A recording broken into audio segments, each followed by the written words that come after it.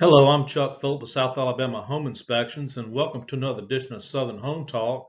This is going to be on gutters, gravel, or both.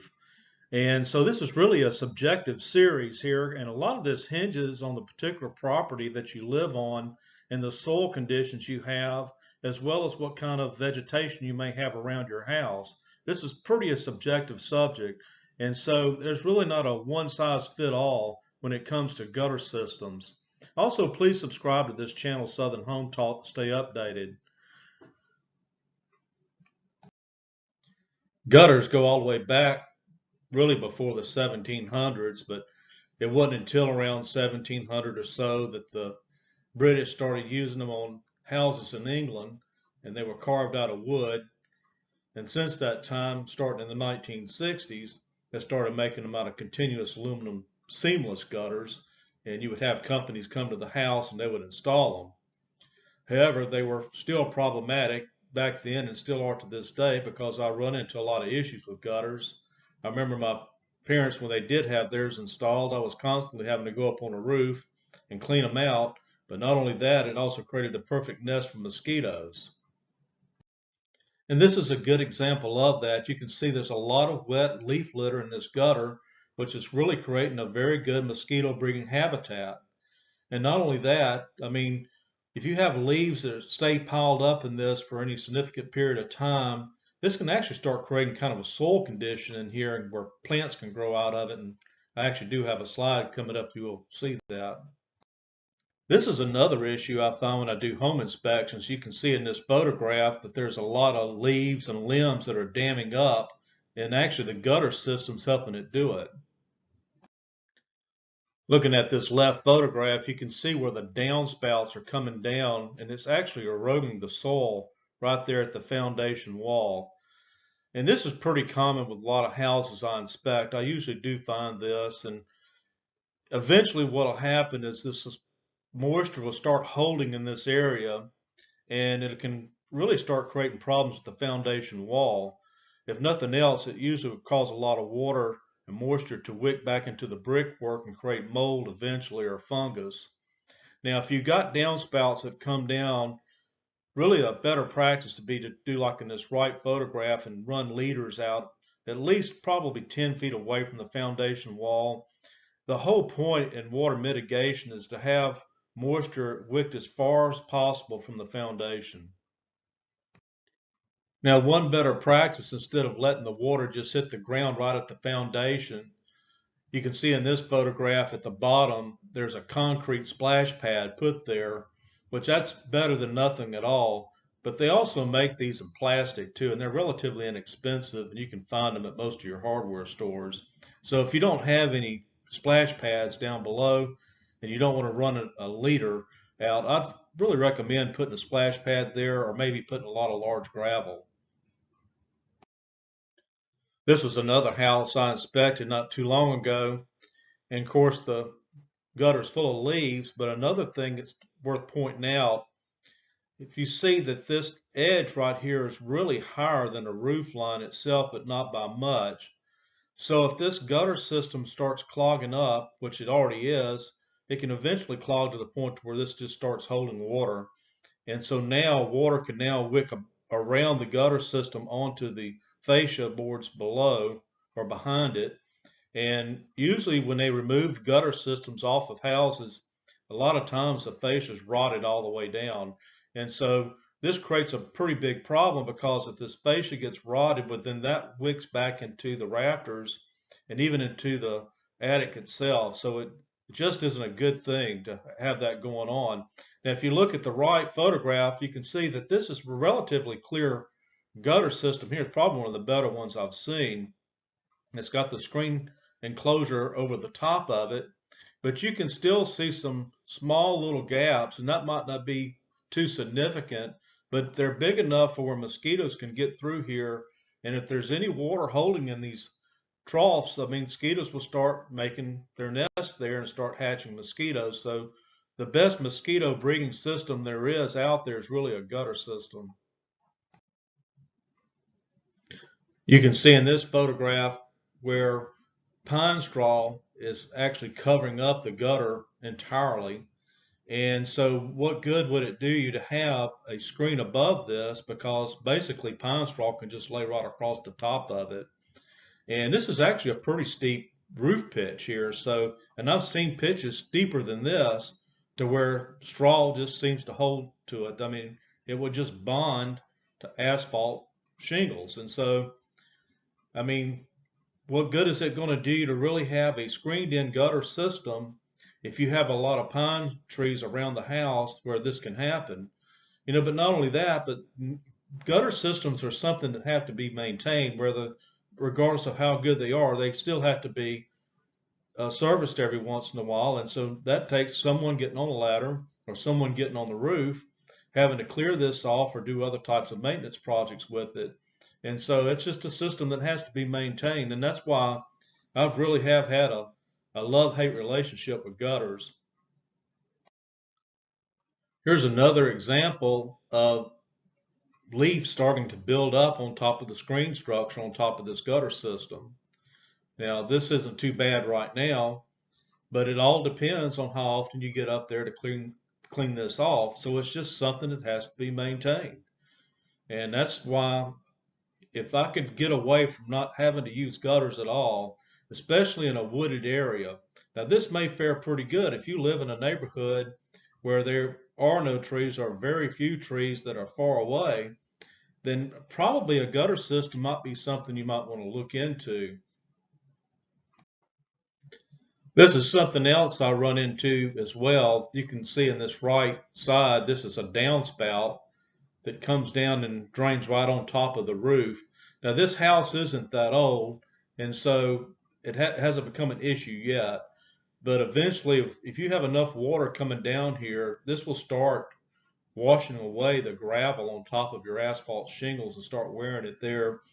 There's some possibility that, yeah, if the water's coming down hard enough, it may even wick under the shingles themselves and could possibly get down on the roof deck and creating a roof leak inside the attic. But the thing of it is, it's really not good to have these downspouts coming and washing straight down on top of your shingles.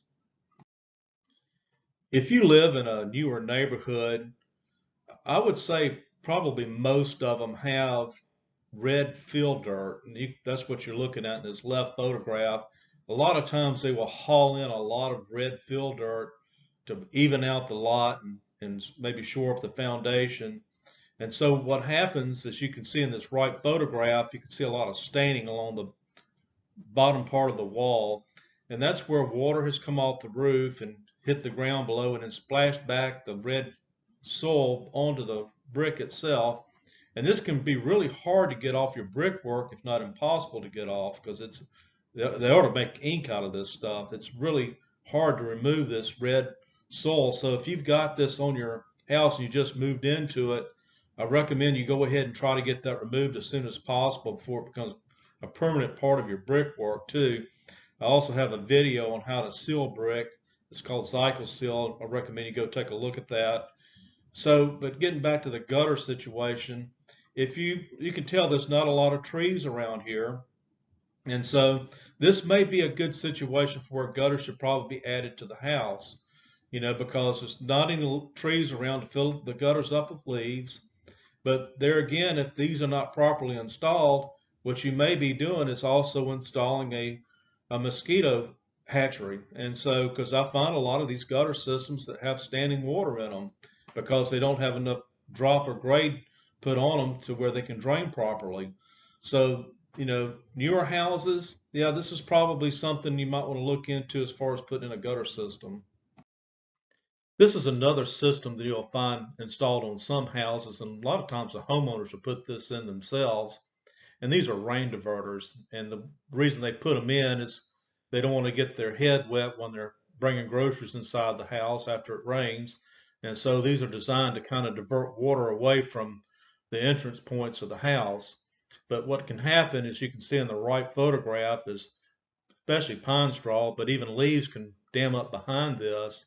And then over time, if they're allowed to pile up for an extended period of time, can hold moisture back and even wick moisture under the shingles themselves, and can sometimes even rot the decking. Occasionally I run into gutter systems that are so unmaintained that the gutters have actually turned into planters. And so they got all kinds of vegetation growing out of it. And that's what leaf litter can do over time, is it creates pretty good mulch. And so also, if you look at the right photograph, what's happened is moisture has wicked behind the gutter system and has gotten between it and the wood fascia and it's rotted this section here, and sometimes it's rotted all the way down.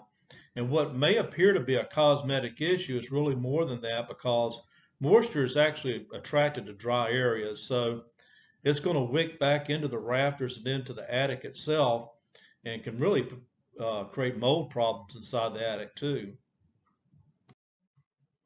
This was a house I inspected not too long ago, and I've really questioned the efficiency of the system they created here. I do salute them for the effort that they made, and who knows, this may work out pretty good. It's only time will tell us how well this system's going to play out. But basically, they had a negative grading problem on this side of the house. You can see where it grades toward the foundation. They've got this piece of molding running along this wall, and so basically, water's coming down this trough, making its way down to this gravel area and then into this sump area where it's being pumped out to another location. So there's probably going to be two areas here that's going to have to be monitored, and that's the sump pump itself, because they don't last forever, and also this piece of molding here too. Really, this is the only thing I see stopping water from actually getting into the house. This was another inspection I did not too long ago, and as it turned out, the person who lived here was a civil engineer, and the way he mitigated his moisture problems was by adding all this ballast, which what you're looking at is #4 limestone, and #4 being the size of the rock. And pretty much he placed this all the way to the foundation wall and came out about 8 feet with it. I don't think you really would have to come out this far. I think as long as you extend about a foot past the roof line, you'd be okay. But this guy did a really good job as far as mitigating all the erosion problems around the side of his house by putting this limestone down. Now, one of the things that's going to matter here is whether or not the soil perks in these locations. So if you've got hard soil underneath this rock, there's a possibility this could pool water here. So, a lot of this is going to hinge on how well the soil around your house perks. And so if it holds water, you may have to come up with other systems to try to mitigate the water flow, maybe even going as far as putting a French drain down below this rock before you put the gravel down. What you're looking at in this photograph is the flower bed in front of my house. I redid this about 4 years ago. And so what I did is I took #4 regular size rocks and placed it along the entire length of the flower bed, going all the way across the front of the house. And I also planted small bushes, and they're about 2 feet away from the foundation wall. And so they're small, and the good thing about that is they don't hold a lot of moisture for extended lengths of period of time, and this helps keep the wall structure from growing fungus on top of it as well. I don't want to get into discussion about that. I actually do have a slide presentation on this, but getting back to what the subject is, this has worked out well for me. I don't have a gutter system on my house, and so ever since I've put this in, I haven't had any problems with erosion at the foundation. And from regards to how heavy it's rained, I mean, it's actually has held up really well. And that's probably another reason why you want to use the larger size rocks. Now, they make these in different colors. Now, you probably are thinking maybe I should use river rock. Those are the round ones. They're oval and round. And I guess you could use those if you had a way of keeping them in. The problem with those round river rocks is they want to migrate all over the place. And so another reason why you want to use the larger rocks is, say you do have trees on your property, you can come in here with a leaf blower and blow out your flower bed, and these larger rocks will stay behind. They won't blow out of the flower bed with the leaves. So that's another reason why you want to use the larger size rocks. Now, this has been a very subjective series, because there's other home inspectors that will swear that the only way to fix your problem is with gutters. And so it's something you can argue back and forth to eternity. And there is some value to that argument depending on your situation. Like I said earlier, if you have a brand new house, there's no trees around, and you put a gutter system in that's properly installed, that's the key, then yeah, probably a gutter system might be the thing to do.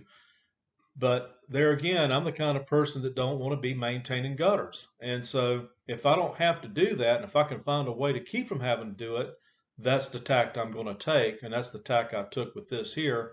And I can tell you from my own personal experience that this has worked really good for me. So everybody's situation is different. So hopefully that some of these things I pointed out will help you in making the right decision for yourself. Thanks for taking the time to watch this episode, and please subscribe to Southern Home Talk. We're constantly putting up new slide presentations and videos about all the issues that affect us right here in the Deep South. And also on another note, if you're planning on using gravel, you can actually buy this by the truckload, and you can find this by just doing a simple Google search and typing in gravel supplier. And if you're considering putting gutters on your house, there's one new system out there called Leaf Guard that's supposed to be pretty good. There may be others that are similar to that, but definitely do your homework and try to get the best system out there. But most of all, make sure it's professionally installed. Thanks for watching.